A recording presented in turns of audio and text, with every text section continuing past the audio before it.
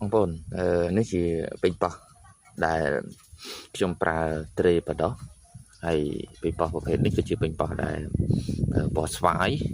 ហើយខ្ញុំជាការពិសោធន៍លើកទី1របស់ខ្ញុំទៀតហើយនៅក្នុងការដាំពេញប៉ោះពណ៌ស្វាយនេះអញ្ចឹងជាក់ស្ដែងបើសិនជាទូទៅបើសិនជាខ្ញុំ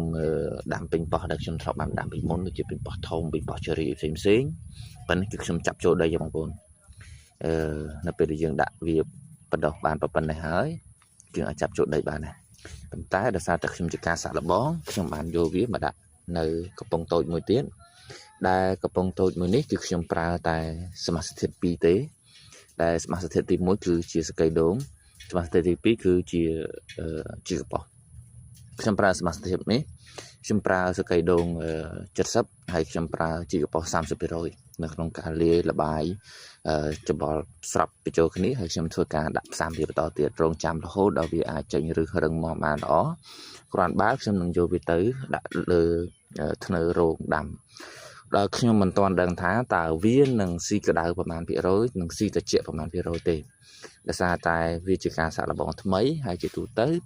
បងប្អូនត្រូវចាំថារុក្ខជាតិដែលពណ៌ស្វាយហើយនិងពណ៌បៃតងគឺវាខុសគ្នាត្រង់ការស៊ីកម្ដៅនឹងឯង